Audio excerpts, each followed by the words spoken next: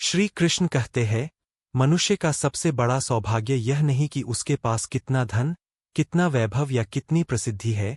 बल्कि उसका सबसे बड़ा सौभाग्य यह है कि उसका मन शांत हो, उसके विचार पवित्र हों और उसके कर्म ऐसे हों जिनसे किसी का हृदय आहत न हो, क्योंकि धन समाप्त हो सकता है, शक्ति छिन सकती है और समय हर स्थिति को बदल सकता है। लेकिन अच्छे कर्मों की सुगंध जीवन समाप्त होने के बाद भी लोगों के हृदय में जीवित रहती है और वही मनुष्य की सच्ची पहचान बन जाती है। जीवन में कभी भी अपने भाग्य को दोष मत दो, क्योंकि भाग्य उसी का साथ देता है जो अपने कर्तव्य को पूरी निष्ठा और ईमानदारी से निभाता है, जो कठिनाइयों को देखकर पीछे नहीं हटता, जो असफलता को अंत नहीं बल्कि एक नई शुरुआत मानता है और जो हर गिरने के बाद पहले से अधिक साहस के साथ उठ खड़ा होता है, क्योंकि संघर्ष ही वह अग्नि है जो साधारण मनुष्य को असाधारण बना देती है। याद रखो, संसार में सबसे कठिन कार्य किसी और को हराना नहीं बल्कि अपने भीतर बैठे क्रोध, ईर्ष्या, लालच, अहंकार और भय को जीतना है, क्योंकि जिसने अपने मन को जीत लिया उसे संसार की कोई भी परिस्थिति लंबे समय तक दुखी नहीं कर सकती और जिसने अपने मन को हार दिया उसके लिए हर छोटी कठिनाई भी पर्वत के समान भारी हो जाती है। कभी भी किसी की सफलता देखकर स्वयं को छोटा मत समझो, क्योंकि ईश्वर ने प्रत्येक मनुष्य के लिए अलग मार्ग, अलग समय और अलग उद्देश्य निर्धारित किया है। जिस प्रकार सभी फूल एक ही ऋतु में नहीं खिलते और सभी नदियां एक ही गति से नहीं बहती, उसी प्रकार प्रत्येक जीवन की यात्रा भी अलग होती है।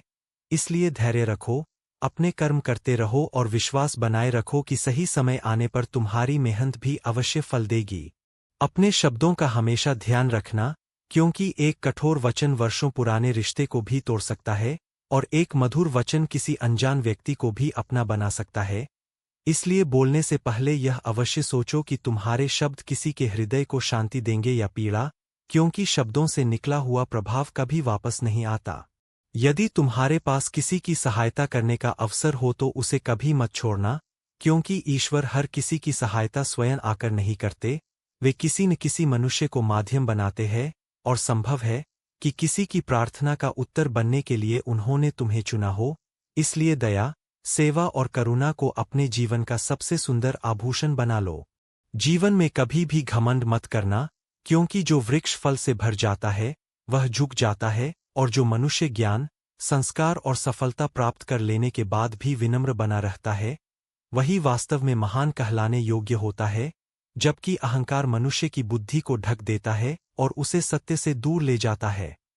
जब भी कठिन समय आए तो घबराना मत, क्योंकि अंधेरी रात के बाद ही सूर्योदय होता है और सबसे लंबी परीक्षा के बाद ही सबसे बड़ी सफलता मिलती है। इसलिए अपने विश्वास को कभी कमजोर मत होने देना, क्योंकि जो व्यक्ति धैर्य बनाए रखता है, समय अंततः उसी के पक्ष में निर्णय करता है। रिश्तों की सबसे मजबूत नींव विश्वास, सम्मान और सच्चाई होती है। इसलिए कभी भी अपने स्वार्थ के लिए किसी का भरोसा मत तोड़ना, क्योंकि टूटा हुआ विश्वास दोबारा जुड़ तो सकता है, लेकिन पहले जैसा निर्मल नहीं रह पाता और विश्वास के बिना कोई भी रिश्ता अधिक समय तक जीवित नहीं रह सकता। अपने जीवन को दूसरों की नकल बनाकर मत जियो, क्योंकि ईश्वर ने तुम्हें किसी और जैसा बनने के लिए नहीं बल्कि अपनी अलग पहचान बनाने के लिए इस संसार में भेजा है। इसलिए अपनी अच्छाइयों को पहचानो, अपनी कमियों को सुधारो और हर दिन स्वयं का पहले से बेहतर रूप बनने का प्रयास करो, क्योंकि यही सच्ची प्रगति है।